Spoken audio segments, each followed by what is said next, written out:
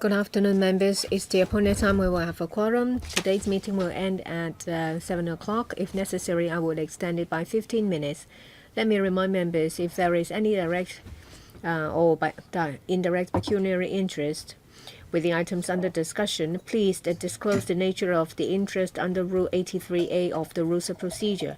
I also ask members to take note of the voting arrangements in relation to items with direct pecuniary interest under Rule 84 of the ROP. Well, this is in relation to the Immigration Department. Well, there was also an item that is related to the establishment's subcommittee in relation to a post in the Department of Health. Dr. Pierre Chen said that, well, there is no need for separate voting, and let's deal with it. It is paper number 34. It is dated the 30th of April. It is in relation to the changes of establishment of the Department of Health. It is in relation to statutory requirements to safeguard public health and other issues. I will now put it to the vote. That is FCR 2019 number 19. Members, do you need a division? That will be run for 5 minutes.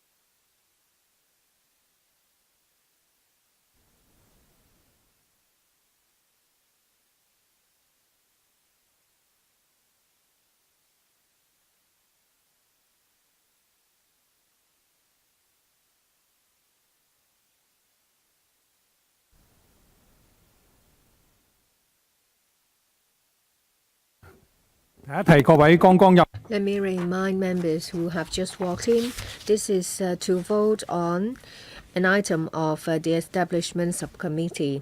This is to increase manpower to the Department of Health to step up protection of public health. We were going to just have a show of hands, but someone claims the division. So please pay attention to this item. This is FCR number 18. We have taken it forward because no one has asked for a separate voting.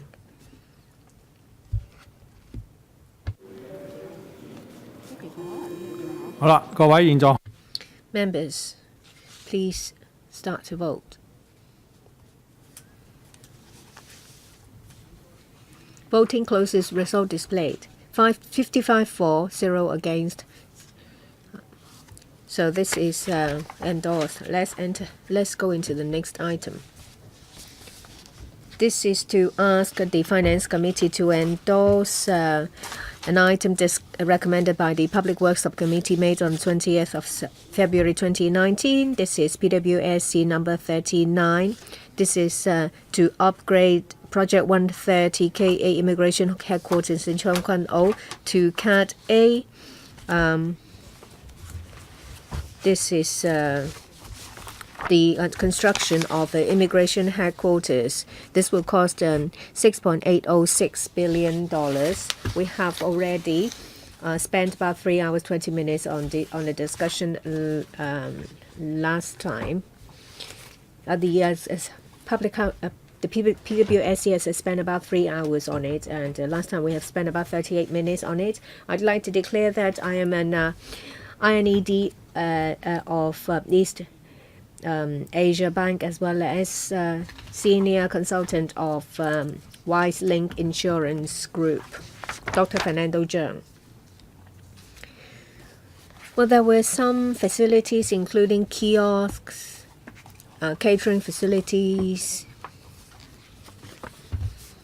and commercial organizations operating there. I hope that in relation to the tender exercise, they would first let social enterprises, organizations that employ poor people, PWDs, as well as elderly people to run these facilities. I asked the question, the administration answered that the immigration will follow the established procedure in relation to procurement of services as well as tender.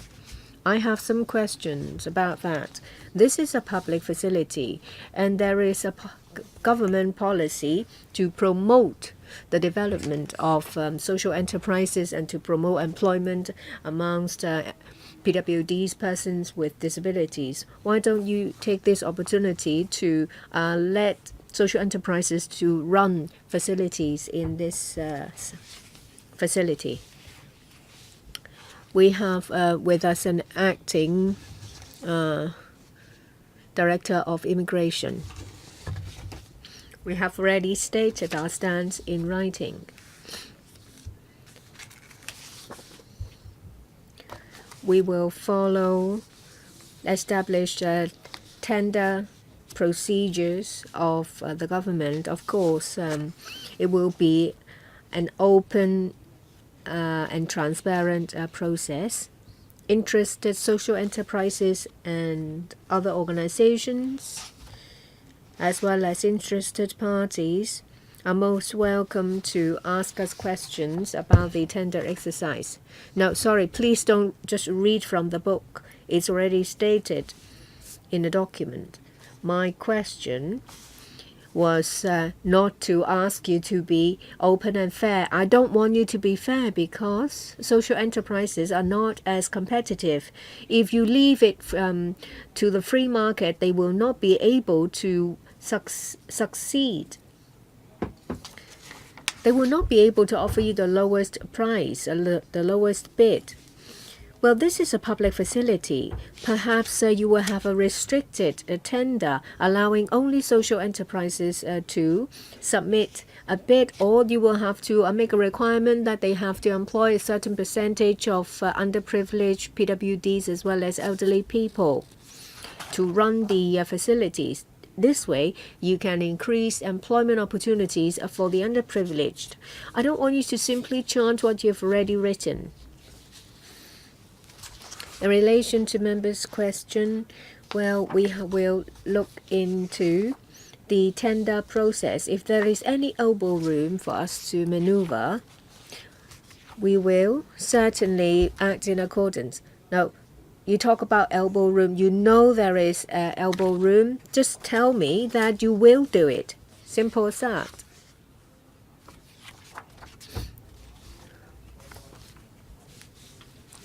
There are still some details that we have to work out in the design. After we have received comments from members, we will see what we can do in terms of process. Now you have to make a decision. So I ask you whether you are willing to let social enterprises operate in these in the public area. If not, I won't support this project. Why can't you use this chance to implement government policy? It's the same government. Are you now telling me that the social enterprise policy of the government does not exist? If it exists, then of course we'll try to have social enterprises operating services in public areas in these facilities. If you can't even answer me the question, I'm afraid that they won't have much of a chance.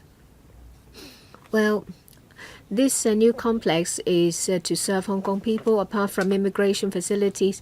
I know everything is there to serve Hong Kong people. I now ask you to tip towards the underprivileged because that is your policy. Mr. Roy Kwong, 5 minutes. This is the reprovisioning of the 3 government buildings in Wan Chai. What we have with us is this project that will cost us $6.806 billion for the immigration headquarters. Isn't it too expensive? Because for this $6.8 billion compared to other projects, say for example in Cheung Wan, there will be service complex. It will be about $2.3 billion. And there are some controversies in this project. Say, for example, whether the cost of such high project cost is the curtain wall. This new complex will generate about 10,000 additional footfall. Say, for example, 3,000 to 6,000 people will go there to have the immigration things done, but it will only provide about 70% of public parking spaces.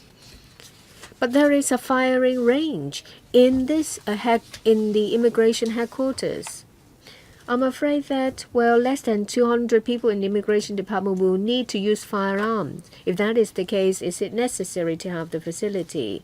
I just wonder whether $6.806 billion is too expensive.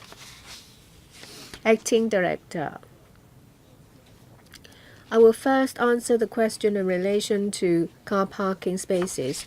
Well, the original plan was 70 spaces. After the discussion with the PWSC, we now will provide 105 spaces.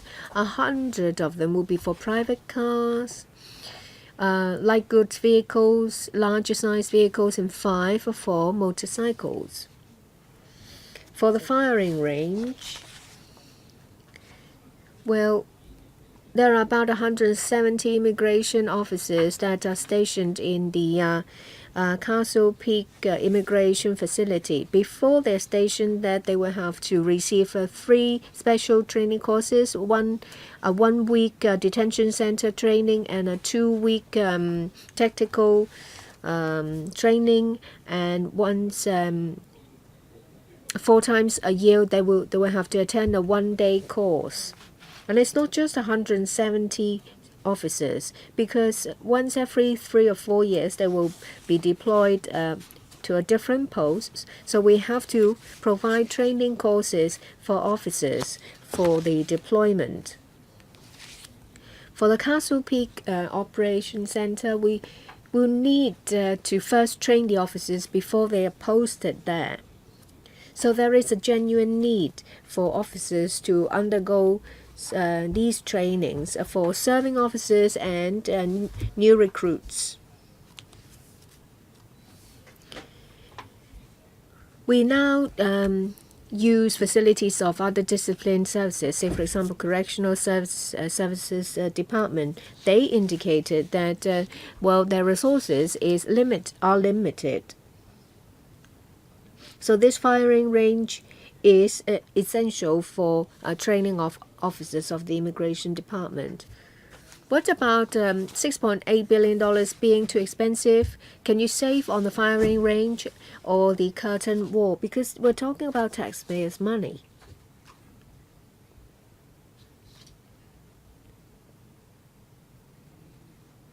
Yes, Director for ASD, Architectural Services Department. On the 28th of March 2019, we have provided a reply to LegCo. I will use the information to give you more information. We have set out information of 4 other government facilities. We think that this is a reasonable price. Well, there are some others that are slightly cheaper.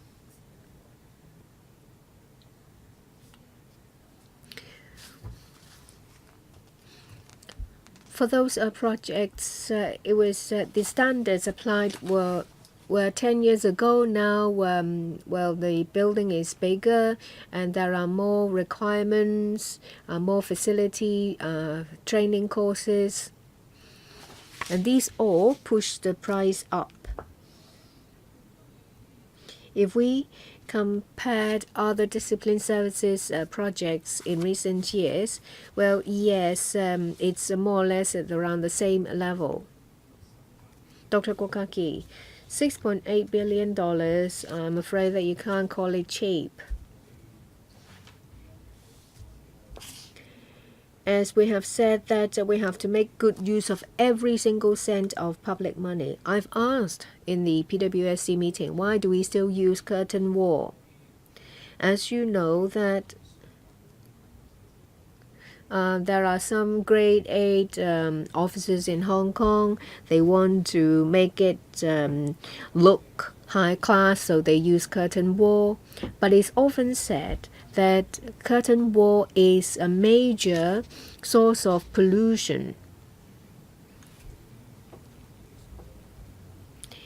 It absorbs heat excessively.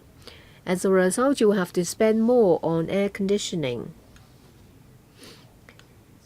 You said that you would have saved on lighting, but as we all know,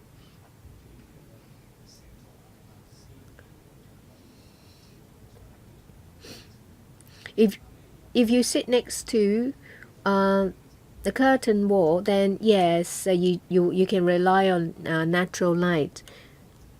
But on the inside, they will have to use lighting, artificial lighting.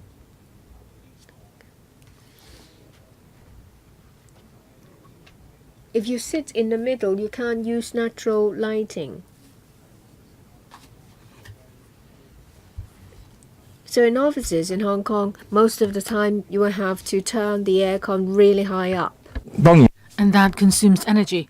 Wang Kam Singh is not here, but I wonder, he sent his staff here.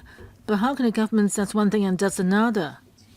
He had signed the Paris Accord to reduce carbon emission, and yet the Immigration Department headquarters is going to follow what A-grade officers will have, a necessarily extravagant exterior. So let's be more pragmatic to try to save energy and be more accountable to taxpayers. Director of ASD, thank you for giving me this chance to talk about the glass walls. This is a glass wall design. Only when it's needed in the necessary locations, will the glasses be offered to let the colleagues have assets or have the view of buildings outside. In other parts of the building, we will use aluminum and metal frames. In terms of the entire glass wall design, the energy conservation will be good because we're following the building department's rule on insulation. So we're actually doing it above the required standard. The glasses, of course, we have actually narrowed the scope of glasses to areas where the windows need to be open. And it is an optimized design. So the glasses actually to be used have some empty space. So there is an air void in between two layers of glasses, and that enhances the result of insulation. And also, as for the surrounding environment, we would design in such a way that there be low level of reflection. So for glasses, we believe that we are having a superior design by incorporating glass. And also the metal plates to be used for areas where there's no need for windows, we'll use them instead. And they do have insulating. Sorry, Director, time is limited. Is there find a way to reduce the cost? And also to ask about the design. Many government buildings right now do not provide enough toilets for the public. So for this new building, like on the ground floor, will you offer more public toilets? 2 questions. That is the reducing costs and provision of more public toilets. As for the cost, we are trying to get the minimum already. We use parallel tendering, and we have received 1 tender already, which definitely reflects market price. As for public toilets, we actually, on public floors, including the ground floor, we have actually provided more toilets beyond what is required by law. Okay, next one, Elizabeth Watt, 5 minutes. Chairman, I support this item, but several questions here. Firstly, about the canteen there. How many people can you accommodate? Do you think you can satisfy, the need of the large number of civil servants working there? I found that lately, in some government facilities, they often neglect, the catering needs of civil servants. I received some complaints lately, like in Guangzhou, Zhuhai, Macau Bridge. We found that people complained they couldn't find anywhere to eat for people who work there. So you need to make sure that you have adequate canteens there, so people would not find it difficult to find places to eat. And also, you're going to provide a nursery there. Is it going to be open, or is it just to be used exclusively by civil servants?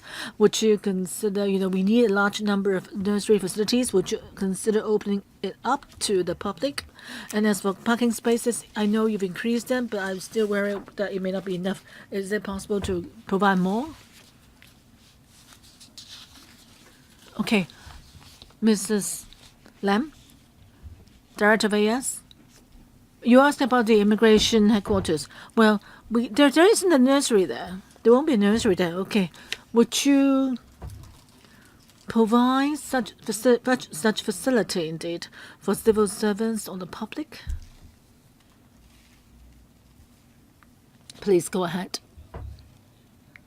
Right now, in the new headquarters, the design is such that it will be for the operations of the immigration department. So there's no plan to provide a nursery for staff And as for your other question about canteen, right now we're expecting that in the new headquarters there'll be 3,000 staff working there. We would have catering facility, excluding the kitchen and storerooms. There will be an area of 1,100 square meters, providing about 750 seats. We also look at staff's working hours and try to provide meals during different times. And for people who have to work outside on ships, about 500 of them, they may not need to use the facility. They may eat in the district instead. So we think that the catering facilities now there should be enough to meet the needs. As for parking spaces, we have increased the number from 70 to, after discussing with the ASD, to provide double-story parking system and also add 5 more cycling parking spaces, motorcycle spaces. So therefore, the current number or the provision of parking spaces we think should be enough. Chairman, I know in the vicinity of the headquarters there are not that many eateries. So during lunchtime, it's difficult for people to find a place to sit. So if you expect staff to go out for lunch, then that may actually affect the daily living of residents there. So you really need to pay attention to that. As for parking spaces, how did you come to the conclusion that there will be enough, Director? Based on our current work and our estimates, we think that in terms of the area there, we believe the number of parking spaces should be enough. Thank you, Chairman. Now there are 3 other members. Actually, 3 in this room, and I would call on members in the building to come down as soon as possible if they have questions. Yu Siwing, 5 minutes. Chairman, I support this funding proposal. In paragraph 8 and 9 of the paper, it said that the Immigration Department have adopted a lot of smart elements to simplify the procedures of applying for like passports and other documents. So the public would not need to go to headquarters to go through a lot of procedures. So in terms of staffing need, it should be greatly reduced. And yet in paragraph 9 is that you need to cope with newly created work, and therefore staff establishment and the space needed will increase accordingly. But now with the use of modern means and technology, you say that that will reduce the use of space and manpower demand. And now you're saying with new responsibilities, you need new staff establishment. So is it that really you will need more staff and space, or what? What is the reason?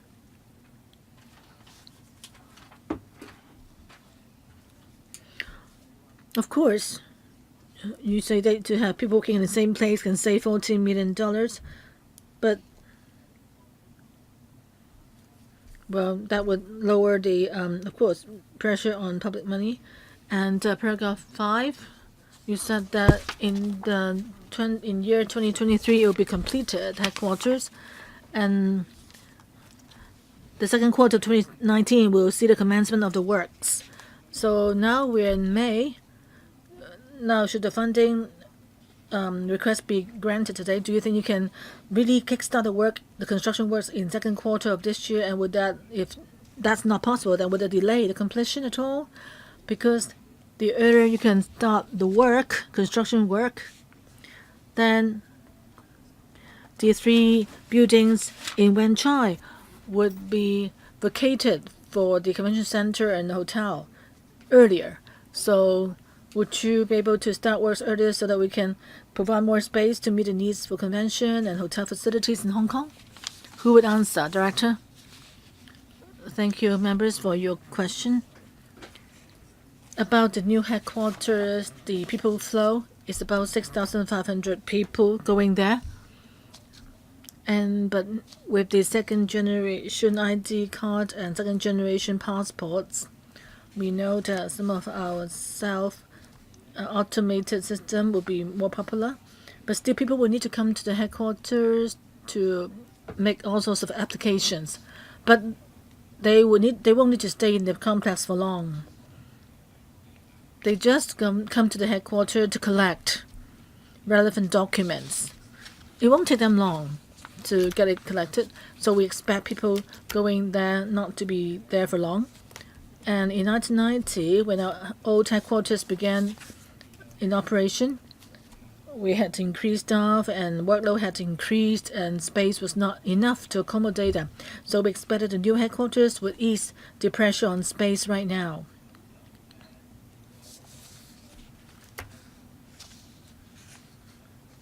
As for commencement of construction works, should the funding approval be not given, then of course the works will be delayed, and the progress or the expected completion date of a third quarter in 2023 will be affected, and it will also affect the arrangement for our work. So, Chairman, that's my reply. So right now, how serious is the pressure on your work now? Well, on the whole, Chairman, besides our headquarters, we also have a lot of offices across Hong Kong, like in the Wan Tin Square. That's where our investigation team is based. We also have the Ma Tau Kok office.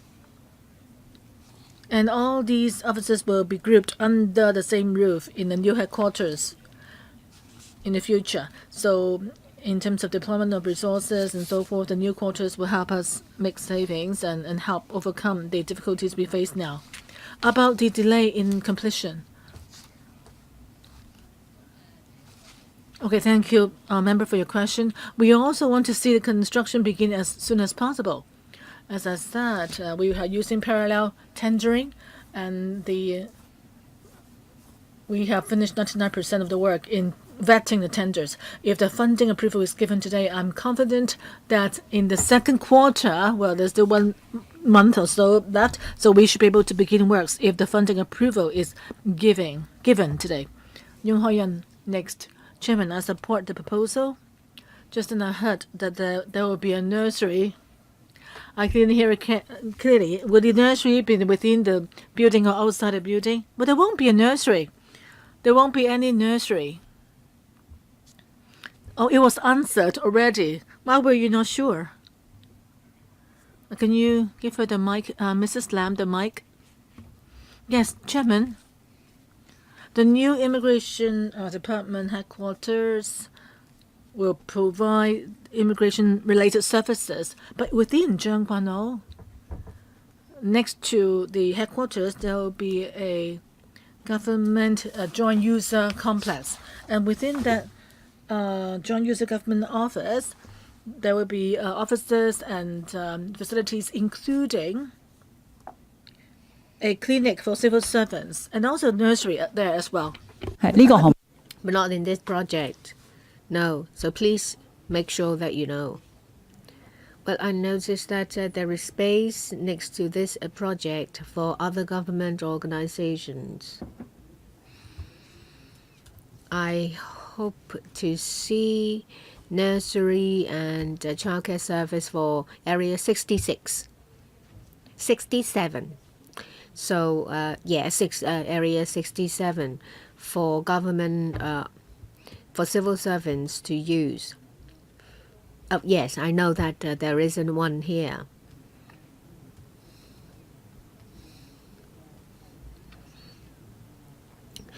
In this project, it will house 3,000 staff members, so there will be demand. I know that there will be about 100 parking spaces. Is this sufficient for your staff members? Will they be open for the public in the evening?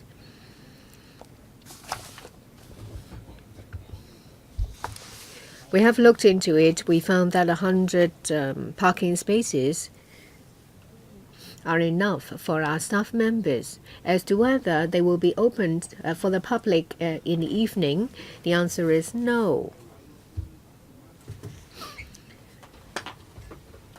Because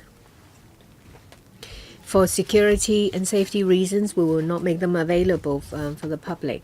So out of the 100 spaces, how many of them for private cars and how many of them for motorcycle? About 70 for private cars, about 23 for coaches, 6 for light goods vehicles, and 5 for motorcycles, totaling 105. Next, Mr. Holden Chow. Thank you. I support this project because there is a need to have this this complex. Well, I heard a number of members talking about parking spaces. Well, now there are 70, and there will be an additional 30 to take it up to 100. So now there will be 100 spaces. As time goes by, if in the future a review reviews that there is unmet demand, will there be any flexibility for you to change the number? Not now, but in the future after it's come into operation. Now it is expected to be completed in the third quarter of 2023. I'd like to ask, in relation to paragraph 7, well, for the number of public services, a registration of persons office, travel documents, etc., they will all be housed there. Can you tell us more about the schedule of provision of services? I don't think it will be done in one go. Will it be done by phases? I just would like to get some information.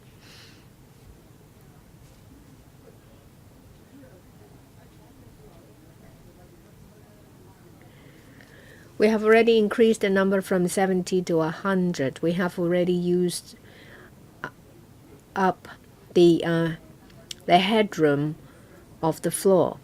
There is still some space left, but the additional number of spaces will be limited.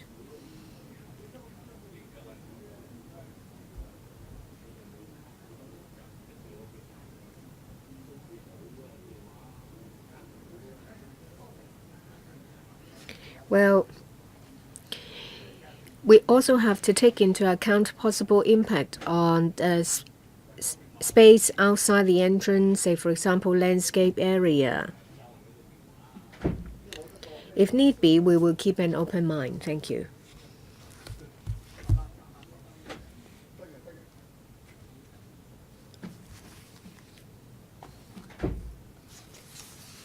In relation to public services, yes, there will be the registration of persons office for issuance of identity cards, handling applications for certificates of registered particulars, certificate of exemption, etc. There is also services for dealing with application for travel documents, etc. These services will be available in the new headquarters. Regarding other applications for, say, for example, visas, verification of right of abode, information and liaison section, they will be in block 2. There is also in block 1 where you will find security services. Sorry, thank you, but well, you have explained to us about the different departments housed in the headquarters. You said that in Tower 2 there will be a number of units. Will they be moved there in one go? It won't be done by phases, is that right? Acting Director.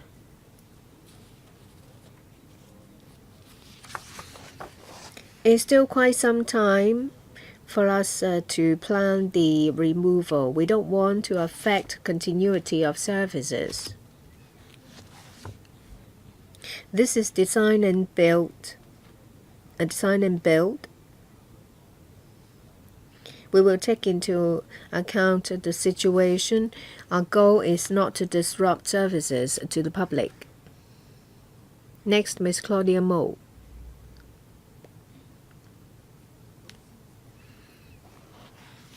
Sorry, I thought it would be Mr. Wu's turn. I didn't know that he isn't here.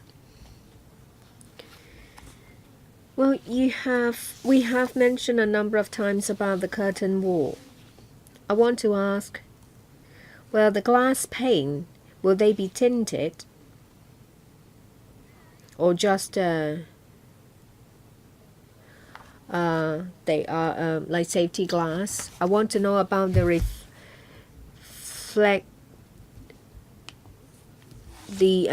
reflective quality. Well, there will be about 3,000 staff members and 6,000 people using the services. So we're talking about 10,000 people. I know that there are public transportation available, but it's not illegal to drive. Just 100 parking spaces. It is unimaginably low.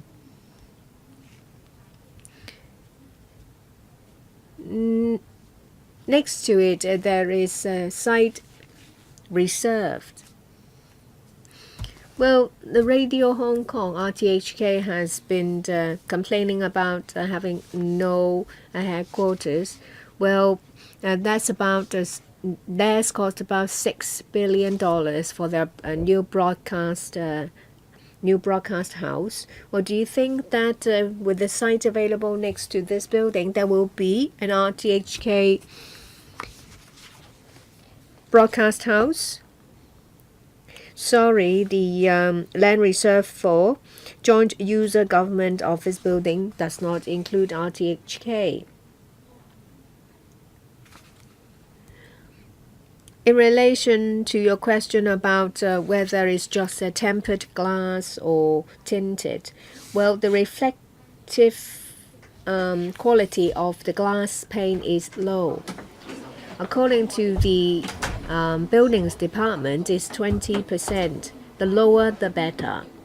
This is not the ultimate goal. In the future, we will talk to the design team, as well as the contractor to try to lower the reflectivity.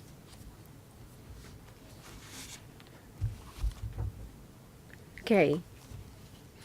Lastly is about the number of spaces and the percentage of users. For the Wan Chai headquarters and Ma Tau Kwok and Wang Tin, there are just about 70. No wonder there are so many illegal cars parked everywhere. Under the project, we propose about 105. We think that is enough. By Wang Tin, I mean the Skyline Tower. One only needs to walk from the MTR station Cheung Kwan O by 5 minutes, from Teo King Ling about 5 to 10 minutes. I believe that a lot of members of the public will use minibuses, buses, or train to go to the headquarters. Mr. Alvin Young.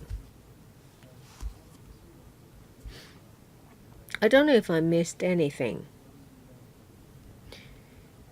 We're talking about $176 million recurrent expenditure. So the $170 million, what is it? What does it cover? If it's not in the document, could you please give us more information? Comparing it with the police headquarters and CNE headquarters, is it comparable to their recurrent expenditure? Who is to answer the question? Well, let me give you information about maintenance and construction. For maintenance and repair, every year is about $96 million. It covers electrical and mechanical services, lifts, toilets, the water supply system. There is also a breakdown about $20 million, which is electricity charges. So 96 million for maintenance and about 20 million or so for electricity tariff. So that's about $120 million. There is still a gap of tens of millions of dollars. Please give her more time.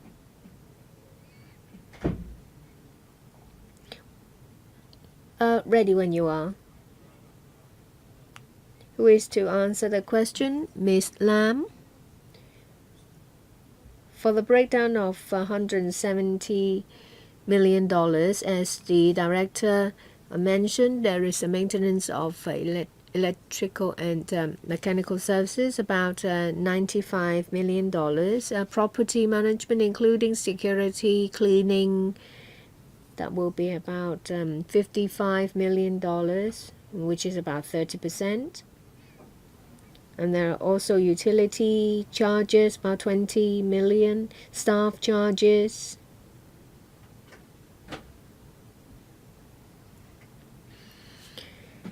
They are staff related to property management, so recurrent expenditure is about $170 million.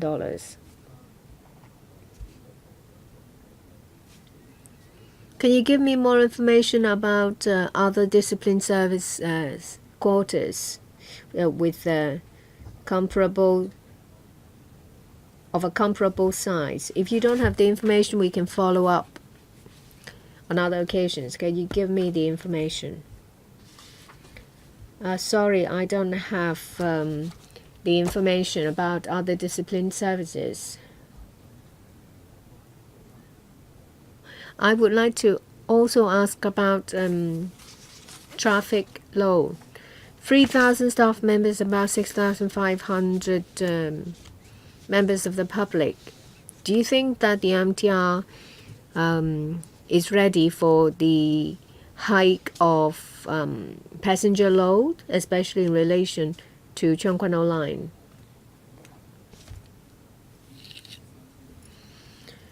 $3,000 staff members plus 6,500 footfall. We understand it is a sizable figure. We have looked into it.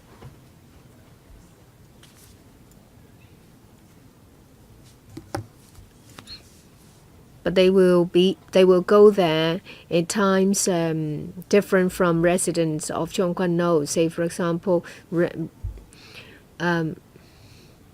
the new headquarters will operate between 9 to 5.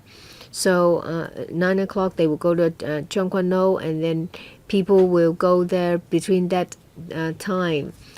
We believe that there won't be an increase of demand of the Cheung Kwan O line. Chairman, but this headquarters, is it possible that, well, looking at paragraph 3, it says, well, based on this paragraph, will there be detention facilities there? Acting Director. Thank you, Chairman. As I mentioned, there will be a security building with detention center. And because Block 2 includes the now Martel Court Center, which is mainly used for short-term detention purpose, not more than 48 hours. They are for detaining people who violated the immigration ordinance and who are under investigation or about to be sued by us. So in Block 1, the security building, there will be detention centers. Okay, Chairman, another question. We keep saying one site, multiple uses. And the transport panel also talk about the parking spaces. Now there will be 100 parking spaces in your headquarters for staff. Do you think there's a condition for you to build one more story or one underground story to provide public car parks? Director. For the plot ratio there, it has been maximized already in this headquarters, and early on this plan, already for the overall plan, we have submitted it to the town planning board. And back then, we said that the conceptual design submitted to the town planning board had already reserved a lot of ventilation, corridors, greening. So on the whole, the plan we have cannot have more new facilities added to it. So how about underground car parks? It doesn't have anything to do with ventilation. Well, underground car parks. Well, there is a security requirement as well. If we are to add more floors to the building, then it will have an implication on ventilation. We've been to the district council. Well, Chairman, I was asking, well, the government has a policy of one site, multiple uses, and yet the plan you submitted to town planning board or us does not incorporate that principle.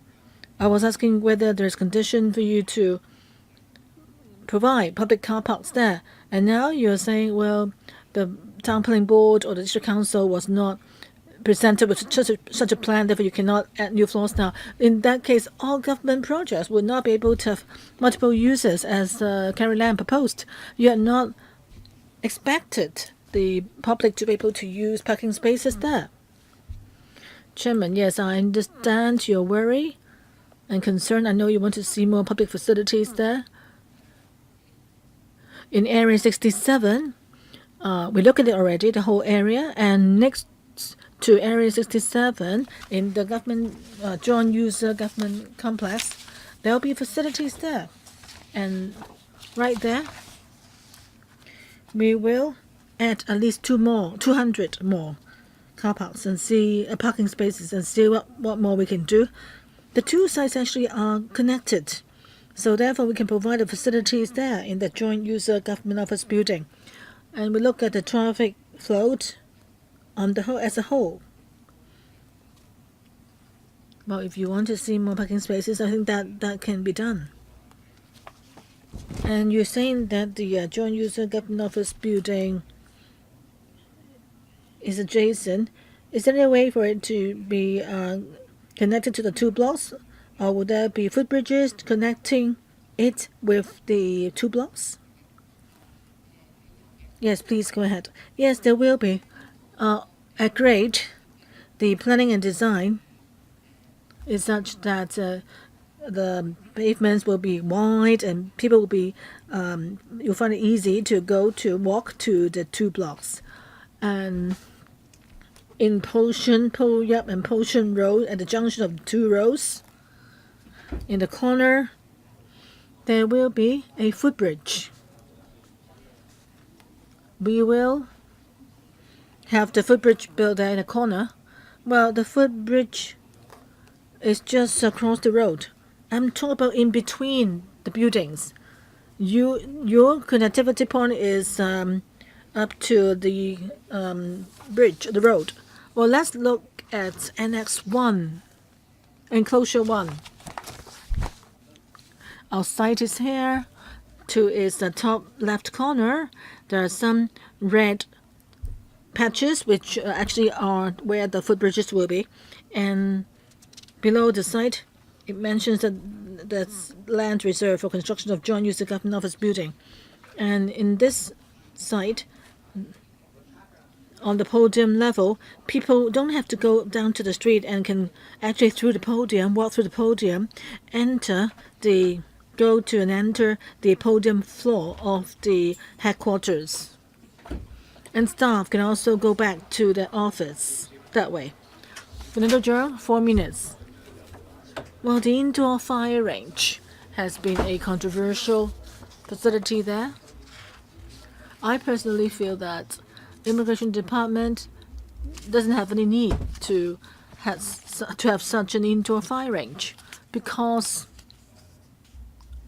you won't be having a need to carry firearms, right? Even in the Wan Immigration Department Detention Center, in the past, when it was managed by Correctional Services Department, it didn't need to have staff with firearms.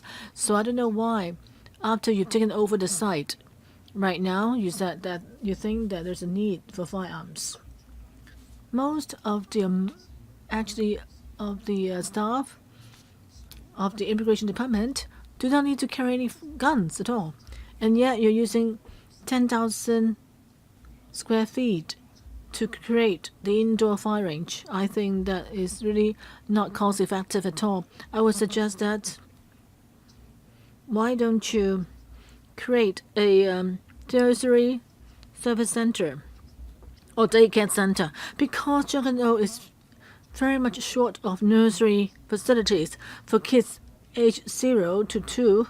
In Junction, there's a huge demand for daycare services for those toddlers, and yet there's none of such facility in Junction. Many young families there have told me that they couldn't find any daycare or nursery services. Very tough for the parents, the working parents. So can you create a nursery center then to serve staff working in the headquarters? Your staff could be given priority, and then the remaining places could be used by residents in the district. And that would be in line with your policy of one site, multiple uses. The headquarters will be in a prime location in Zhongguanou. So within the headquarters, you can try to vacate space to provide facilities much needed in the district. Acting Director, please. Well, the Immigration Department in 2010 took over Wan Immigration Center.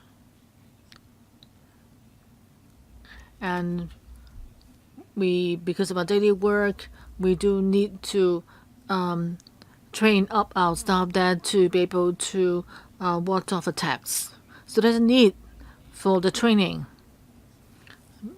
Because of our work, well, we need to ensure that our staff are adequately trained, and so that we can have the fire range to actually train up the necessary staff. As for the nursery, we are considering about the operations within the headquarters in relation to immigration matters. So therefore, there's no plan for a nursery. But I heard your views, and as I said as well, we heard as well, in the government office building next door, there will be nursery facilities. That's my reply. Well, there is space. If there is space, we should make most use of it. Some enterprises are so advanced now, like overseas enterprises. Back in a decade ago, they already provided such facilities in their office. So for a bank to provide nursery center or daycare center, do you think the daycare center is the core business of a bank? Of course not, but they are there. The nursery centers are there to help the colleagues. So now you're going to have such a huge headquarters. Why don't you provide services for your own staff and residents in the district? Wuchi Wai. 4 minutes. Thank you, Chairman. Last time I asked about the headquarters, its basement will not be just one story alone. If my understanding is correct, there'll be different sections within the basement for different purposes. Is that right? Can you just tell me yes or no? It is a one-off space. In the basement, it should be surrounded by within the boundary of the two buildings. Well, just some opinions here for your consideration. First, I've seen a large-sized diaphragm wall Like in Tai On Estate, the Sha Tin Central Station, there's a large diaphragm wall. Actually, within the boundary areas, and that would make possible an optimal use of space. So I'd just like to know, can you report to us in the basement? From now, you're just dredging to the shallow part, trying to maximize the dredging. And how much would it cost if you dredge it to the maximum depth? How much more would it cost? And also, next to it, the joint user government office building next door will have a large size car park. Now the government is building facilities separately. So the immigration headquarters and the joint user government office building on the same piece of land. They're on both sides of the same piece of land. If you don't dredge the basement as deep as possible, then if you don't do it now, then the user of the next door government office building will have to create their own diaphragm wall to create their own basement. Has the government considered, since that is likely to happen, so rather than waiting for the other project of building diaphragm wall to fence off their own building, why don't you now doing it once and for all? So just as what I asked you last time, within the immigration headquarters, in terms of the piling done already, is there any room for you to, if possible, to create additional floors or stories? Assuming that the town planning ordinance is amended. I just think that, because once you've done the works, it will be there for a long time. But if you do it properly in the beginning, then we can make much better use of the space at an earlier stage. And we can also implement or realize the concept of one site, multiple uses. Director? Members, you know that we have maximized the plot ratio, yeah, but the underground area is not counted. If you use the basement as car parks and so forth, they are exempted from the plot ratio. Well, from the user's perspective, we need to take into consideration security factors. Yes, I know. You can make reference to the fact that within this electrical complex and the government offices next door, you can separate it. You can separate them for security purpose if there's enough space. What do you think? Well, our planning is such that because the building is just adjacent to it, I think on the whole, our approach is proper. The immigration headquarters, after all, has a lot of security concerns. So we have not included other facilities in it. We also understand that members and district councillors have expressed some views, and they have been incorporated into the design concept of Area 67, that joint user government building. Mr. Aunokin. Well, I have asked quite a number of times. I would like to reiterate one point. The firing range. I've mentioned it many times. Well, 170 officers. There is a need for firearm training, and the percentage is quite small of the total number of staff members of immigration, so there is limited need. I don't need an answer.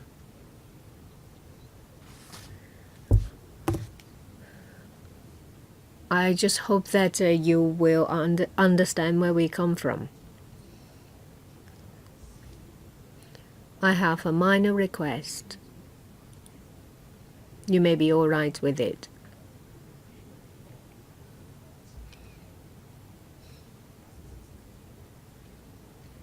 Well,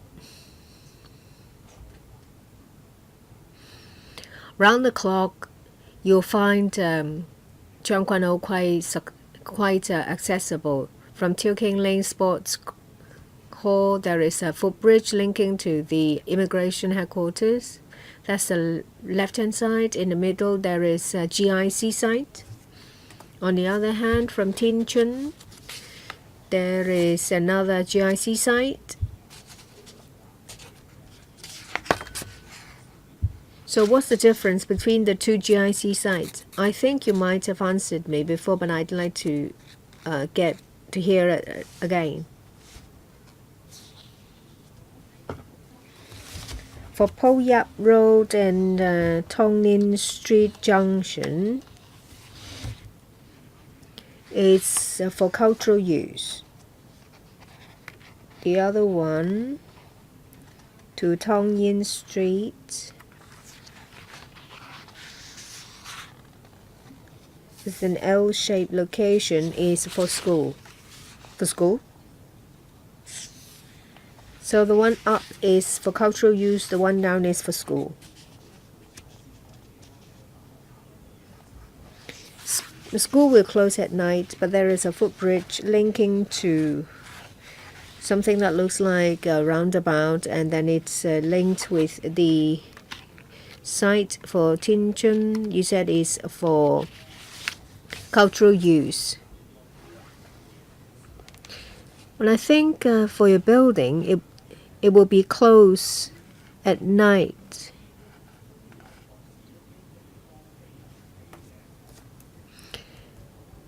And I also see that there are also some passageways.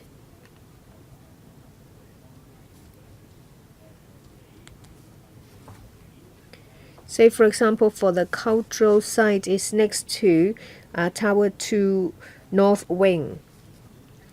Well, is that a landscape corridor that will lead to Qixin Street?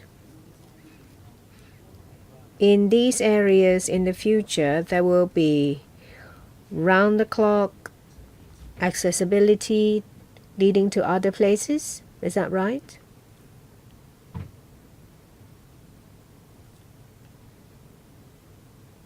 Who is to take the question? Perhaps I will give you information about the layout. It is a emergency vehicle access, EVA. So yes, it's accessible.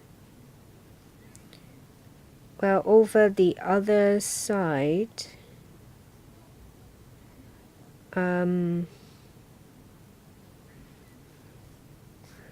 well, there will be some connectivity.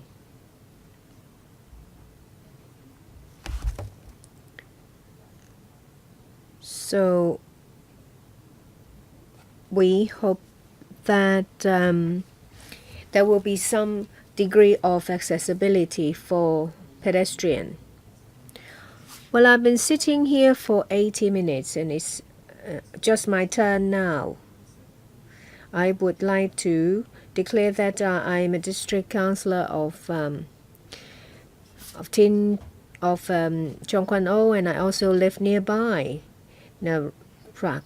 just round the corner from Area 67. Well, we have to do our work taking into account the area. As you know when this project was announced. It was back in 2007 in a policy address of Donald Tsang. So a whole 12 years ago. If construction starts in the third quarter of this year, we're talking about 10 years. In 2007, we had about 300,000 people. And then a few years ago, it has reached 400,000. On a number of occasions, you have mentioned about the district council. there is a very strong view from the district council that there is an acute demand for a lot of parking spaces. So only 100 parking spaces for somewhere that 3,000 people are working there. Well, there is this new concept. If there is an underground car park, then we can actually make use of this project to do more. You will be able to get funding allocation. It's a matter of whether you can do a little bit more. So to the south, there are 2 GIC sites. To the east is another one. To the west, there is the regional cultural center. To the east is not a school. It's the second Chengguan police station. It may be also a location of a law court. Well, we don't know whether we have to wait for another 10 or 20 years to have more parking spaces in the joint user government office building. Area 66, which is adjacent, is under discussion in the district council. There is a controversy because we wonder whether the construction of a park will have to be delayed. I hope that you will be able to hear us and give it further consideration. 100 is not enough. Please turn Mr. Fan's microphone on. I have a motion without notice. I hope that the government will seriously consider it. We have heard members' view. There is an opportunity for us to add more parking spaces, and we have done so. We will add 200. No, but that is that may be in the coming 2 or 3 decades. Next, Mr. Ray Chan, 5 minutes. I have expressed a concern in the PWSC. On the 9th floor, there is a bridge linking the 2 towers. I hope that the government will give us further explanation as to why it's located on the 9th floor to have this covered link bridge. What facilities are there on the 9th floor? Do we really need it? Is it essential? Would it be value for money and put to good use? I don't know if you have answered me last time or not. Well, how much does this link bridge cost? In relation to paragraph 8 of the paper, it says that there will be self-service stations provided. You might have used similar services before when you apply for renewal of your SAR passport or your new ID card. These stations, you said in this paragraph, comes with diversified services. That means there will be more than one kind of service provided. Last time I've asked this, it says that services will also be available at the self-service station during certain non-office hours. Do you mean round the clock or? Say for the Wan Chai Tower, the immigration tower, is it the case that these self-service stations for SAR passport are available during non-office hours? But what are these hours? Of course, the longer the hours, the better. I will first answer the question about the link bridge. When we made the application to the Town Planning Board, there were views expressed to improve permeability and ventilation. If we combine the two towers into one bulk, it will have a bigger impact. We have to take into account the surrounding areas. We have to make sure that there is good ventilation. We have incorporated the views expressed. We have got an approval from the Town Planning Board. Well, breaking the bulk into two towers may not be ideal for operation reasons.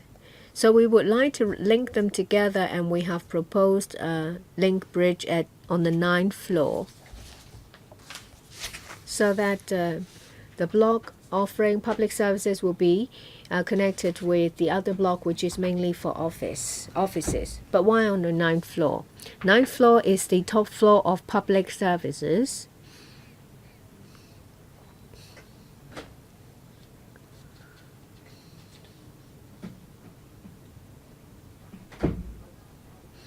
There are also major training rooms and conference rooms there. Well, let me put it this way. Well, these are facilities that attract higher footfall. That's why we have proposed a link bridge to connect the two towers. It will be an additional connection point other than the one at grade. But what about the self-service station with diversified services?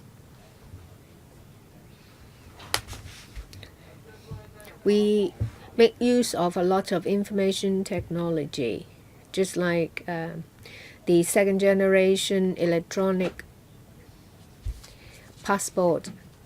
Well, other than using making the application by post, in person, you can also use the fully automated self-service stations. In relation to collection of ID cards and travel documents, we also promote automated collection of documents. You can also, that means you can get your document from the self-service station.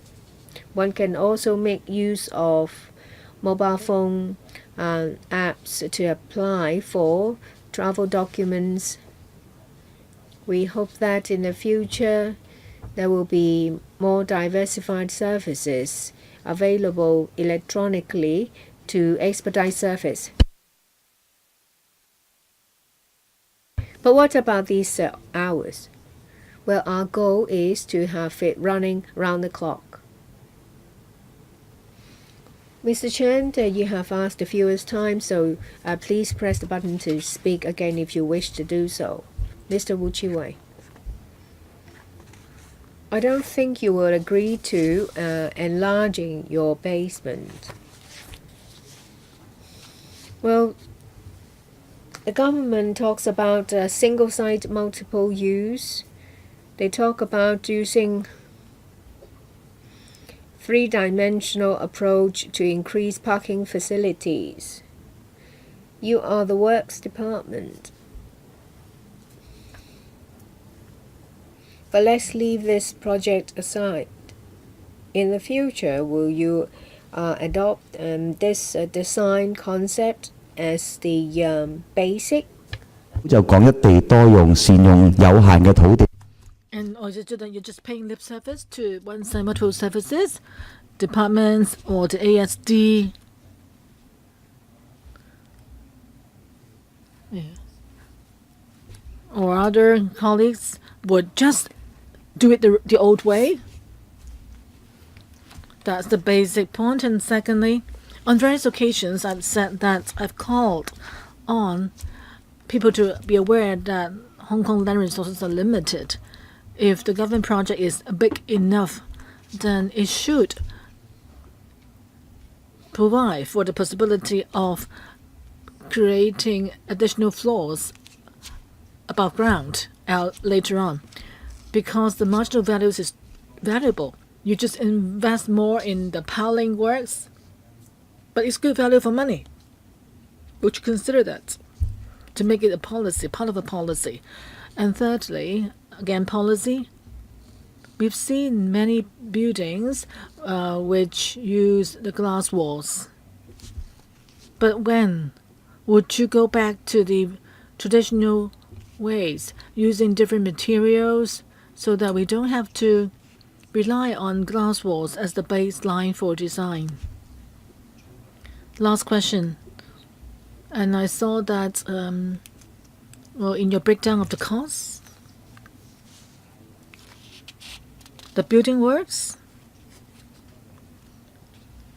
for the exterior would cost $3.4 billion, of which $1.8 billion will go to the installation of facilities inside, like electrical supply and so forth. But can you give me examples of similar buildings with similar breakdown, that's a ratio of 1 to 2? Or is it that this headquarters incur more costs in terms of the design? And what sorts of special facilities are there? Can we expect in a building which lead to its relatively high cost? Which is why you have so many questions. Well, you can wait for the fourth round, okay? There are only 2 minutes left. Administration, please. Okay, I'll answer the last question first. As for the electrical mechanical services within the headquarters, for any office building plus some kind of special purposes, the electrical and mechanical installation would make up a similar ratio as this one. Like in hospitals, the electrical mechanical services equipment would make up even a larger portion of the cost. You know, supply of water, electricity, and also other special equipment, which will lead to a higher ratio of the cost. But for simple buildings like residential buildings, the electrical mechanical installations will make up a lower proportion. For this building in question, it has public facilities inside and special security facilities. So given that, I think that the ratio of the cost is appropriate. Okay, now back to your question on the glass wall on the exterior. We don't insist on using glass wall. We're only using the idea of a screen wall, which is lighter and also more industrial architectural design. It is standardized already and can be assembled in a factory. Before being transported to a construction site, they compose very light metal boards, and it will reduce the load on the building itself. We're not going for glass on the outside for the sake of having it, unlike the early generation of glass walls, which actually build old buildings which had glass all over it outside, even when there are no windows. So the functions now of this building compared to concrete, they are even superior. Other questions, please. One site, multiple users. Well, as an engineering department, we will look at the users' demands. Whenever it's possible to have one site, multiple purposes, we'll get it done. But if it's because of security reason and so forth that cannot accommodate that principle, then we'll see how we can absorb public views. And like in this case, for the immigration department's headquarters, if there are purposes we can provide, then Area 67, which is right next to it, is where we can offer or provide facilities like the 200 parking spaces needed by the public. Gary Van next. Please continue in finishing your answers. Well, as for, well, the other point we have discussed with the users departments, in the future, if the user departments feel that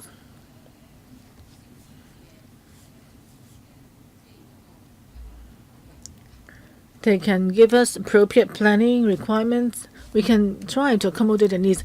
Because if there's no planning requirement, then for the building design, it will be undermined, like staircase, lifts, and so forth. We may need to deal with them in a complex way, but whenever it's possible to do what is needed, we'll try our best. Gary Fan.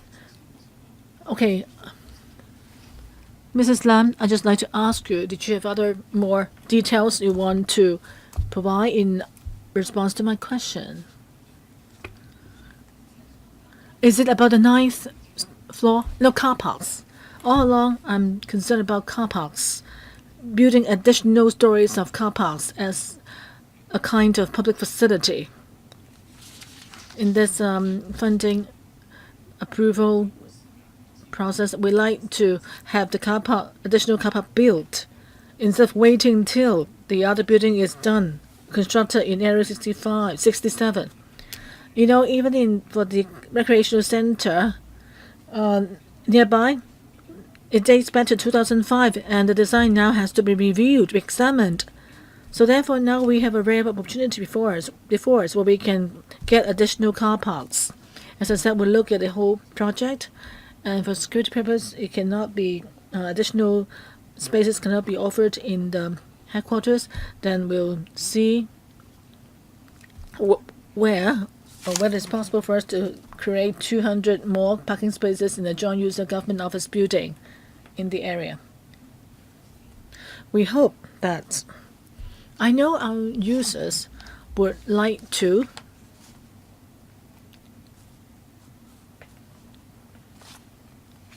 submit the paper to the panel.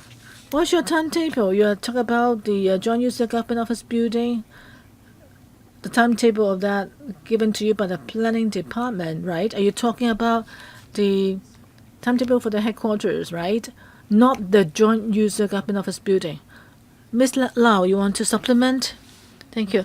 Mr. Fan, you're concerned about the joint user government office building. The Treasury Bureau is watching over the arrangement for the relocation of the buildings in Wan Chai. So we know the timetable. The joint user government building, according to my plan, the plan for it will be submitted to electrical suit. Its completion date will be early 2025. So that's a definite answer for you. Well, let me make an announcement. Well, we have spent more than 2 hours on this item and 3 hours of discussion at the BWC. So this is the last round, and then I'll draw a line. Wu Chi and Gary Fan on the list only. Okay, so we'll draw a line after that, and then we have a vote. The 337A, whoever has it, please give it to me. Wu Chi 1 minute. I've said it many times. It seems like the ASD is not willing to consider my concept. That is, as long as we have a firm enough foundation. Well, it's very common to have rooftop garden, right, nowadays in various structures.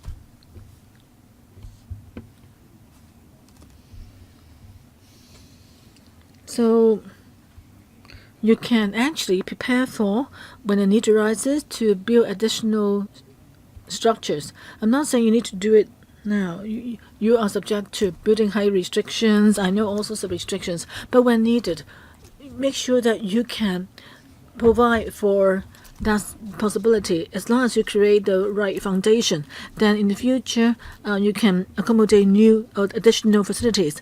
So can you give me the cost of actually strengthening your foundation? Well, Director, I don't have the figures with me now as for the additional cost needed, but if you were to build additional stories or structures, it's not just about strengthening the foundation, but you need to think of creating new lifts, staircase, and additional electrical mechanical installations. I'm not saying that you need to have a lift that can take people up to the rooftop. That's not how we perceive the matter. I'm just asking, if possible, when the need arises, you can, for example, you need to make it possible for people to reach the additional facilities. I'm not saying that you need to take a lift all the way to the rooftop. You may get there by a staircase. Gary Fan. Okay, no more supplement. Okay, Gary Fan. Ms. Lau, I would ask you after the meeting. But my other question, now back to the issue of money. Mrs. Lam, the original design was composed of a lot of glass walls, and now the latest design has fewer glass walls and more vertical greening. Last time I asked you to provide us with detailed information, particularly breakdown on the costs with the new design, because the costs now are the same, $68.8 million with the revised design. And you're saying that optimizing the wall design only actually have a minor impact on the overall cost. I don't understand why now you have fewer glass screens would lead to even a higher cost, even though it's just a minor increase. It should be cheaper, shouldn't it? My own policy advisor were puzzled as well. I asked other consultants as well. Can I ask this question as well? So at least after the meeting, can you provide us with the information in the old design compared to the new design with the different amount of glasses used for the external wall and all the, cost savings or the cost difference between the old and the new design? The government now is saying that you use more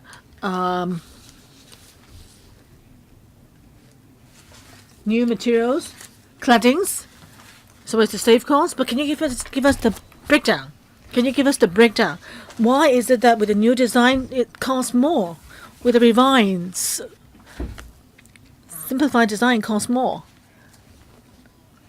Director, well, our standard is that of glass wall, the cladding and the windows will be needed or be installed there to fulfill certain functions. But still, the overall size of the site remains unchanged. As for the use of glass or whether we use the claddings, well, we have to look at it as the total sum, total system to be installed. But now with additional greening features, you need to have supporting frames for them. We can get some money from the reserves. We can, well, of course, get cash from the reserves, and we don't want to add further to the cost. And we hope that whether we can further make adjustments to the price, but if there were to be any difference, it won't be a big one because the overall size of the site remains unchanged. The overall, the bulk volume, of it all remains unchanged. Okay. 37A, the first one. Please show it on the screen. You want to claim a division? Yes. Can you remind colleagues to come back to vote? Okay, please ring the bell for 5 minutes. 可以讀出嚟嘅請。好啊。My 37A motion is this. This committee asks the administration to consider the following suggestion in the construction of the immigration headquarters at Cheung Kwan O. First, to abide by the principle of single-site multiple use by adding a 3D public car parks underground and provide for public separate access. This will resolve the security problem to lower the building height to 75 meters. We have 3 37A motions. I will stop receiving any more.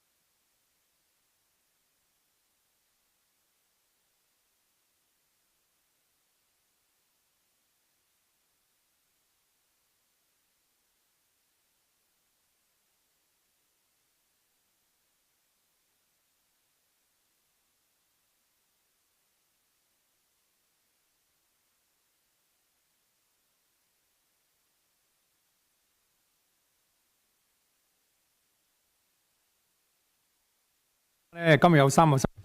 Let me remind members that there are 337A motions. We are now going to vote on whether to deal with the 37A motions.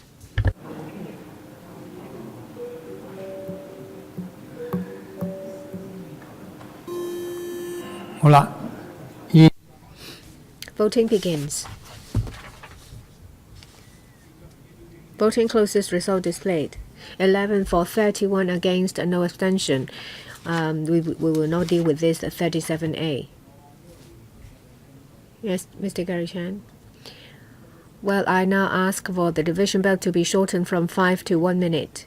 So, under paragraph 47 of the Finance Committee rules, in the event of division bells being requested, it will be rung for 1 minute instead of 5. I put it to the vote under paragraph 47 of the Finance Committee rules to shorten the division bell. Those who are in favor, please raise their hands. Those against, please raise their hands. I think members are in agreement with this proposal is endorsed. Next is Mr. Dr. Fernando Zheng. Do you claim a division? Yes.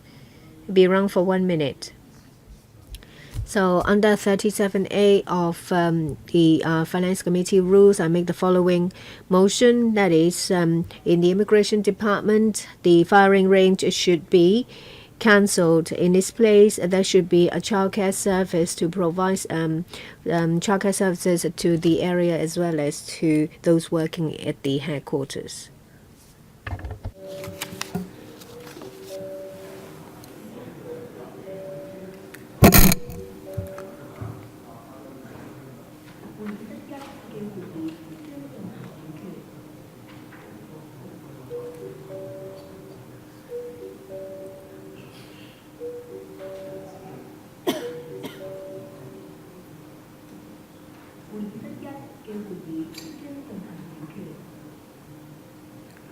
呢個又係第2個37厘啊！大家係咪支持喺呢個時間處理呢個37厘啊？現在開始表決。 We're going to deal with the 37A. Voting begins. Voting closes. Result displayed. 14 for, 32 against, no abstention. We will not deal with this 37A. The third one is from Mr. Ao Nok Hin. You have. Please ring the bell for 1 minute. Under 37A of the Finance Committee procedure, I propose that the catering and kiosk as well as the convenience store facilities within the headquarters of the immigration should be let out to NGOs to run social enterprises by way of a restrictive tender exercise. These facilities should be rented at a special concessionary rate to social enterprises in order to promote employment for PWDs, middle-aged elderly people, single parents, as well as the underprivileged, so as to lift them out of poverty. Please support my motion. Are we going to deal with this 37A motion? Voting begins. Voting's closed. Result display 12 for, 33 against, no abstention. We will not deal with this motion. Well, there are no other questions. I'll put FCR 93 to the vote. Division bell will be rung for 1 minute.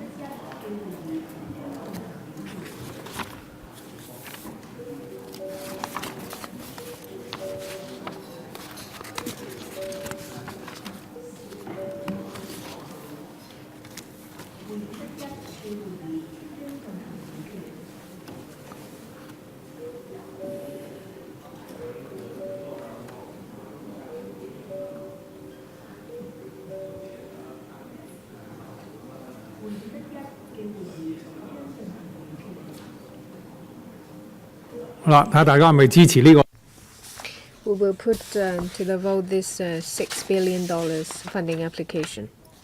Voting begins. Mr. Ip Kin Yun. Voting closes. Result displayed. 37 for, 6 against, 3 abstention. This item is endorsed. And the next item is FCR 2019/20 number 2. This is to discuss the PWSC item dated the 13th of February, PWSC number 38. This is to upgrade a 30 classroom primary school at Shouchun O 358 EPA to Cat A. It involves an estimated cost of $363.2 million. The PWSC has spent 1 hour 42 minutes on the discussion of this item. I declare that I am an INED of Bank of East Asia as well as a senior consultant of WellLink Insurance Group. We have with us the Secretary for Education and her team. First, Mr. Au Nok Hin. To start with, I wanted to ask a question. I'm sure that Ms. Choi knows very well a bit about this. I often lump Shouchun Primary School with the primary school at Queens Hill. Well, for Queens Hill Primary School, well, there's only a delay of 35 days after PWSC for it to go to Finance Committee when it has a lower urgency, whereas Shouchun Primary School, it has taken longer for this item to come to the FC after PWSC. I want to know why. There is an urgency for the Shouchun Primary School because Shouchun Estate has already started population intake a while ago. Undersecretary for Education. We follow the Finance Committee procedure. And that is where it is. I wonder whether there is a better way to deal with it. Because for this project, it is more urgent than the Queens Hill Primary School. I don't know why it's ended up like this. In terms of a number of days, we see a huge difference. Well, let me now follow up on something raised in the PWSC meeting. Well, there was a suggestion that there should be bus routes for going to and back from school as a temporary measure. The government said that they would look into it with the bus operator. But now they will have to use a bus stop that is further away. Currently, there is no direct bus service between Mainland Estate and Shouchun O. Last time in the PWSC, Ms. Choi said that they would talk to the KMB. I wonder what the progress is. I think last time you were talking about when the new school premises is completed. Currently, there are 2 school buses taking students from Shouchun O to Mainland Estate. With the new school premises, well, you said you're going to talk to the KMB. Any progress? We have to see what is the actual need. Students going to Shouchun O will be living in Shouchun O, so that depends on demand. You can get some information from student particulars. If you say that, well, it's not done yet, and if the school is willing to provide information, then you will be able to at least gauge how many people will be going to school from the same district and how many students will have to travel from other areas. If there is demand, I ask you to talk to KMB or any public transportation operators, asking them to provide public transportation service to meet the needs for students? Yes, I hear you. I think that's all for the questions that I'd like to ask in this session. Mr. Kim Yun. Just now, Mr. Ao Nokin asked a very practical question that is in relation to transportation. But I think there are two mistakes made here. First is the choice of location of the primary school. It is up the hill. It's quite inaccessible. Students will have to walk up a hill to go to school. It's never seen before. And there is a serious delay. That's why there was a need to have a temporary school premises in mainland estates for students to go to school. Previously in PWSC meetings, we asked if there are any ways for them for transportation services to be provided to help. But right now, I don't know whether we've begun discussions on that. If not, I'll be very disappointed. So I want to know, have you discussed it with KMB and what progress it has been made? And secondly, besides bus routes, any other measures to help students who want to walk to school on foot so that they can be safe and get there faster? And the Secretary, could you give us your response? And the Secretary, transportation arrangement for the new primary school built there. There are several suggestions. One is to extend the existing minibus, franchise minibus frequencies, and also the add, for example, feeder bus services from the transport interchange at Shuichuo Estate to the building, to the school. And also the school itself will actively consider increasing school bus services. Transport Department is now in negotiation with the bus company. So if you have begun negotiation, then I hope that you can give us something more concrete in due course. And your third point about the school being prepared to strengthen school bus service. Well, the school providing bus service is, I'm sure, the school bus service would be a burden.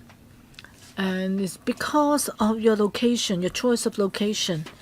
So would you be able to help the school to address any financial difficulties they may face?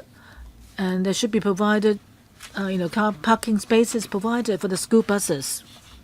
As for arrangement for school buses, we have to see how things are like after students have moved in there and where they live and the actual number of students using the service. And the school can only decide on the fee based on the number of students using the service. But right now, we are not aware of any problem of financial difficulties on the part of the school. Chairman, we know that if you're to provide school bus, there will be the cost. The issue is how much it is. How much cost the service will incur. But it's all caused by your policy. I hope that the Bureau can tell us, are you prepared to, pay attention to the school situation and give it support, whether financially or other forms of support or assistance? Yeah, if there are any special needs raised by the school, we can discuss it with them. In LegCo, we are asking you, will you consider offering help to the school? We haven't received any requests for help from the school. As I said, if the school has any financial difficulties, they can discuss it with the Education Bureau. But I'm asking you on behalf of the students, residents, and the school, whether you will consider giving the school the help undersecretary. It will depend on the actual situation. Of course, it will be dependent on the situation, but in principle, would you feel that the bureau is obliged to give help?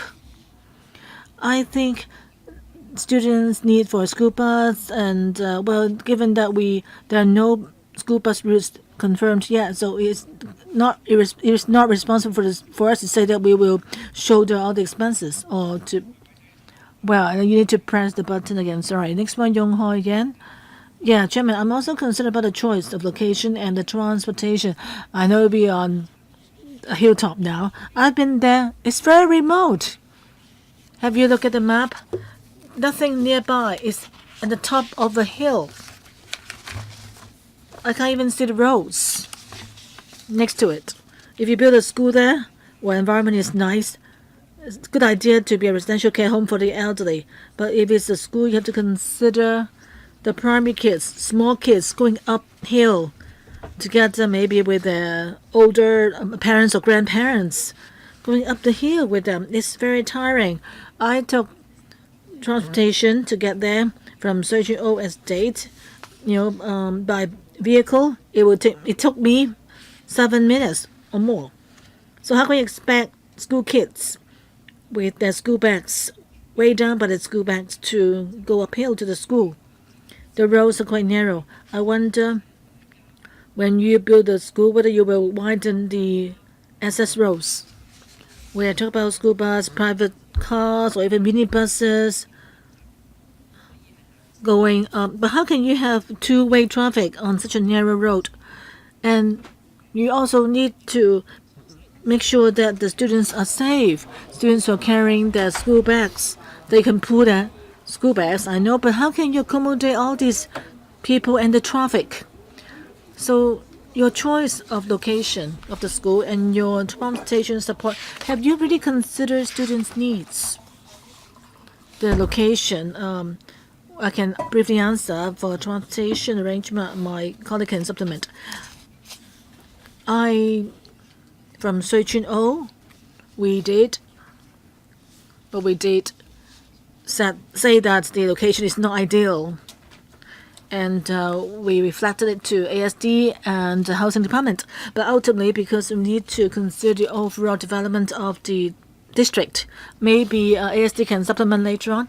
And so finally, because it's technically feasible still, so we chose this site.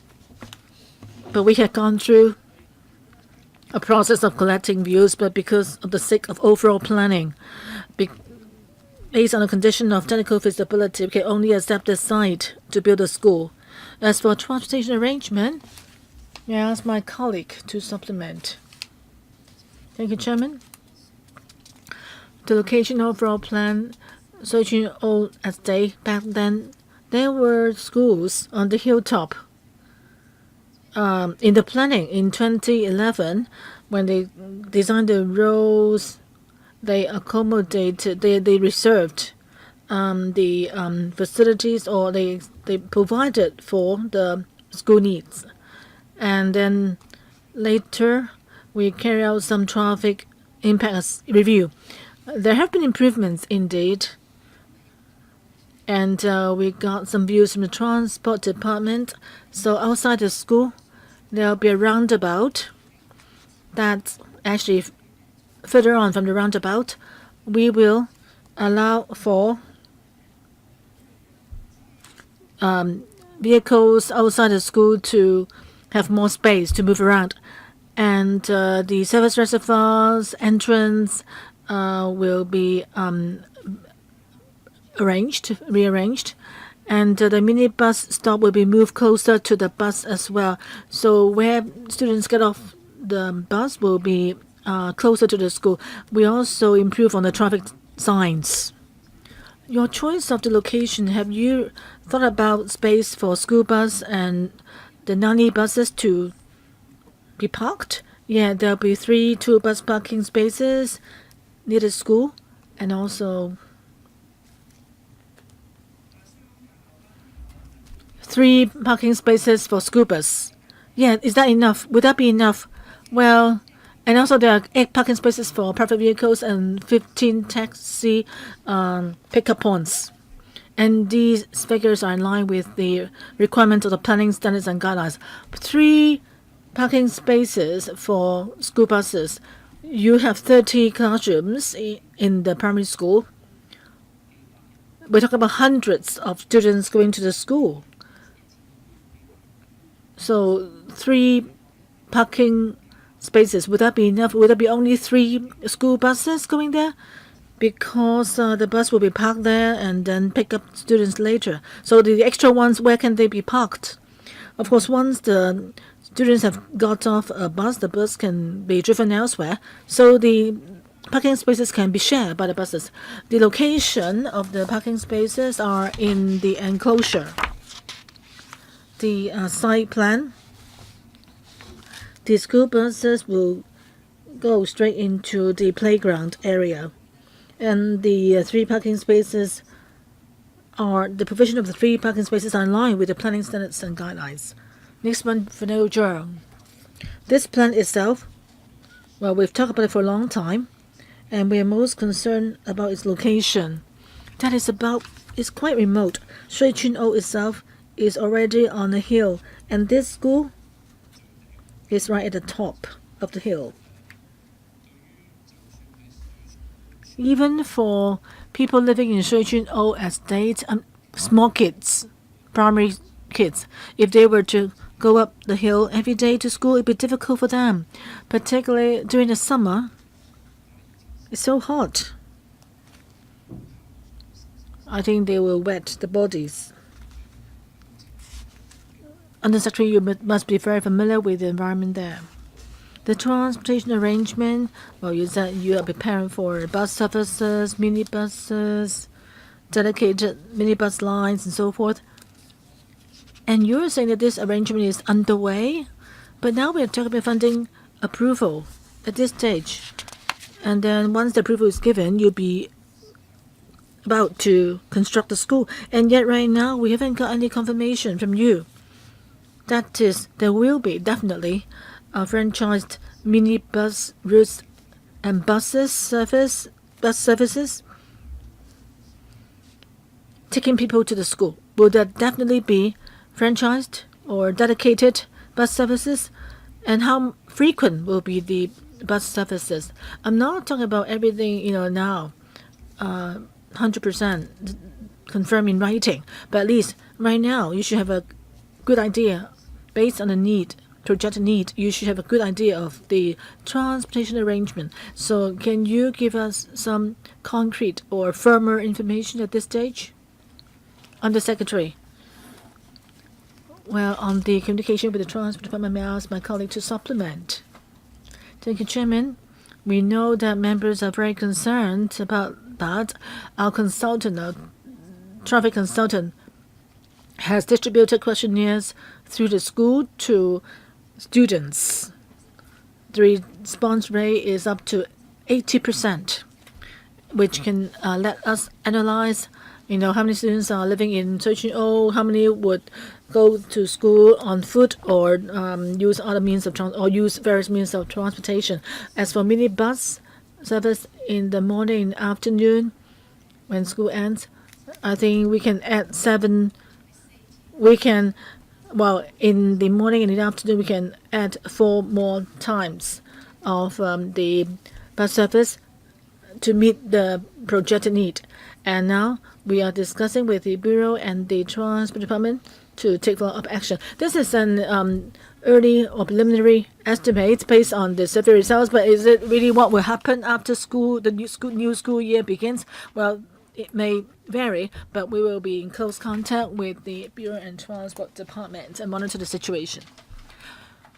I understand that 99% of the minibuses are not barrier-free.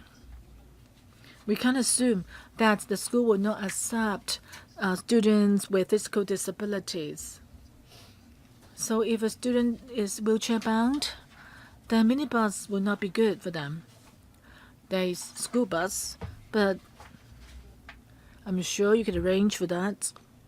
But we're saying that there will only be one wheelchair service a day. So if a student is taking part in extracurricular activities after school, then should they go back home with the school bus, the special school bus? And how about at weekends? If they want to go to school for activities, how can they get back to school when there's no bus service, school bus service? You can assume that all students are physically capable and have no need for barrier-free access. Have you considered the special arrangement for the physically disabled students? Under Secretary? In relation to barrier-free access, facilities and access, we have no. I'm talking about transportation. Well, taxis, private cars, school buses, loading and unloading bays, as well as franchised, as well as green minibuses, franchise buses. There are some barrier-free facilities available. So can you give me more information about these barrier-free buses? We don't have the information specific to barrier-free buses for Sojun O Estate. I will give you more information afterwards. Mr. Tony Jie, I speak to support this proposal. Members have spoken about location, about planning, timing.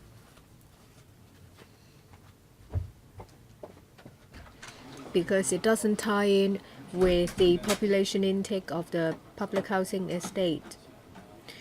The chief executive talked about infrastructure-led. By that, does it mean just roads?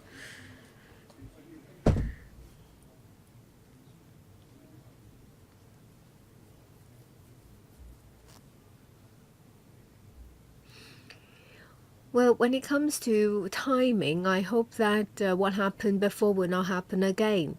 That is, the first batch of population intake was still living practically in a construction site.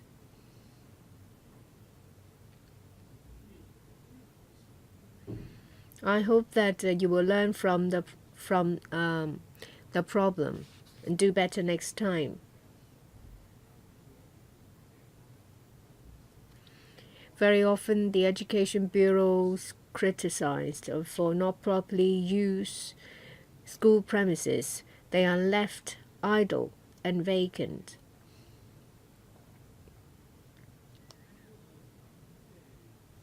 People have expressed strong views. Well, there is this temporary school premises in Maylam Estate.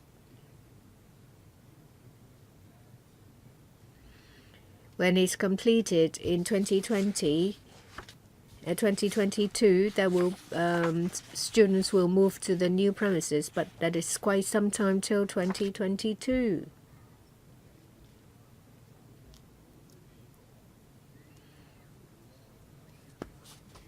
So, well, you will very often have to wait for several years after several years.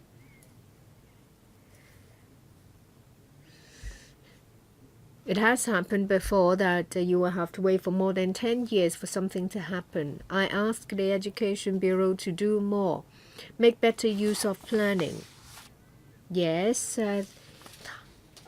there may be changes, but it doesn't mean that you can just sit on it and not think about it until later. You keep talking about multi-pronged approach, so several things can happen at the same time. You don't have to wait for one thing to finish before you start another.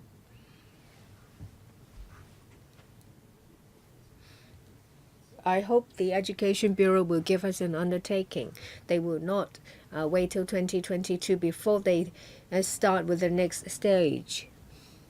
Early planning for vacant school premises, we have heard you. Mr. Au Nok Kin, I just want to ask one thing. So that means when students move to the new school in Sojun O, then there won't be any new use for the Maylam Estate school premises? The new school premises will be completed in 2022. When the temporary school premises is vacated, it will be given back to the government. We will act in accordance with the mechanism. I echo what Mr. Jie said. I can't say that it's something to do with me, but when I was in primary and secondary school, both school premises have been left unused.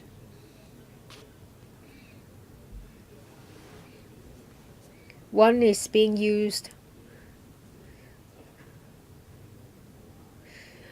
as a headquarter of a PLA uniform group. The other premises have been given to another primary school after a very long time. That's what I would like to say after hearing Mr. Jie. Now I have a suggestion. Queen's Hill is an example that I often use. Well, the construction starts in the second quarter of 2019, and it will take 1 year and 1 quarter for the school to be completed. For Shuichuan Primary School, it will start in the third quarter in 2019 and the first quarter in 2022. That means it will take 1 year and 2 quarters. How come it will take longer? What difficulties have you encountered? Or you think that you will have to complete the construction of a primary school within this time frame? Well, the 2 primary schools in Queen's Hill are constructed in tandem, so you won't time the construction period by 2. The location of the Shuichuan Primary School is different. That explains the difference in construction period. I think that you will have to do something about school buses.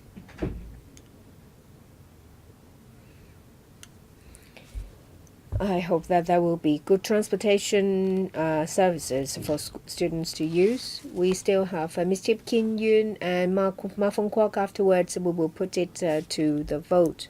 Please stay here because we need 8+1. Mr. Ip Kin Yun. In relation to school buses, it is very crucial, as you all know, that it is really far away. Just now, I heard from the government official that from the school to service reservoir, well, next to the service reservoir, there is a long passageway. There's a school, and there is a long passageway, and you say that there will be a better arrangement. What is it? You're going to widen that passageway? That's very important. Currently, it only allows 1 school bus to use at one time. So, well, there will be 3 school buses, and if you want another school bus to go in, you will have to wait for a very long time because it's a long passageway. It will take about a minute for the school bus to complete the journey.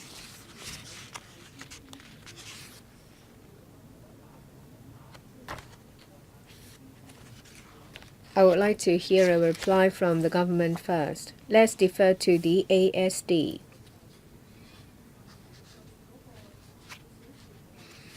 The location of the service reservoir. If you have been to the site, you will know that in the future the road will be widened. After that, there can be a dual carriageway. On the side, there will be pavement for students to use, so the road will be wider. I thank the Water Supplies Department because they have made available more space. It helps a lot.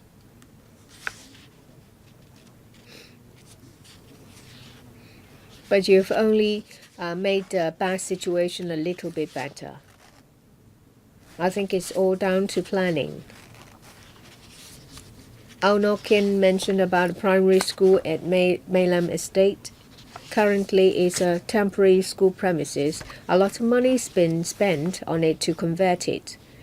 When the new school premises are completed, we don't know what the Maylam Estate premises will be used. As I said, a lot of resources have been put into it. I think they will all go down the drain, and it's not good for finance. If the new school premises can be completed earlier, if there is no need for temporary school premises requiring students to go to different places, it would be ideal. I've been to the primary school in Maylam Estate. I know that they have done everything they can to make it good. When the schools move to the new school premises, it will be a process. Well, they will need new furniture for the new school premises. What about the cost? $2.3 million for furniture and fixtures will be paid by the school sponsoring body. That means for the temporary school premises, they have paid once. For the new school premises, they will have to pay for that again. Is that right? They can move the furniture and fixtures from the temporary premises over to the new one. We know that, yes, you can reuse some of it. Sorry, let me extend the meeting. And then Mr. Kim Yun, please continue to speak. We know that a lot of the furniture will be reused. Well, the new school premises will be different, so some furniture will not be able to put to use anymore.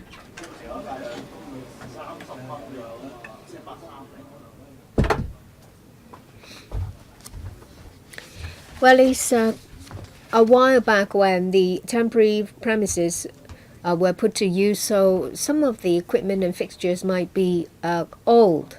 I think it's rather unfair for the school sponsoring body having to pay it again. Equipment and fixtures as well as furniture will be paid by the school sponsoring body. They know full well that they are supposed to.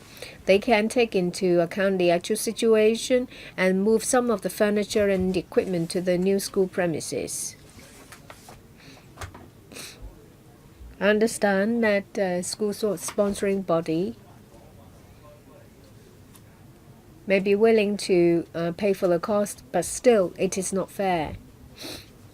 I also mentioned about the school bus fees, driver, procurement of the vehicles, petrol, maintenance, repair. Currently, all is borne by the school sponsoring body. It's very likely that they will have to use some of the school funds, and the school sponsoring body will have to pay for the rest. That is not fair. This is a very special situation. Perhaps you can do more. Help them whenever you can. I think the government should be responsible for some of the cost because they have made a mistake of timing and location. You need to help the school, help students, teachers. Let me clarify that using a temporary school premises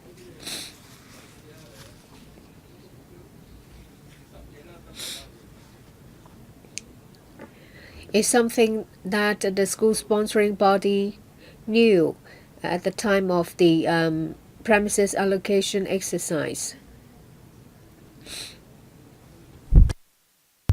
Just now the member said that it's unfair to the school sponsoring body. I need to clarify it. In the move to the new school premises, we will be more than happy to provide assistance. Let me just say one more word. Planning is very important. We have received a lot of complaints. It's something to do with school place allocation. And there are problems. Whether it is one school, whether it's for the entire district, I hope that the Bureau will do better in the future. If there are no other questions, I'll put this item, that is item number 2, to the vote. Those who are in favor, please raise their hands. Those against, please raise their hands. I think the question is agreed by a majority of members. This is endorsed. Thank you.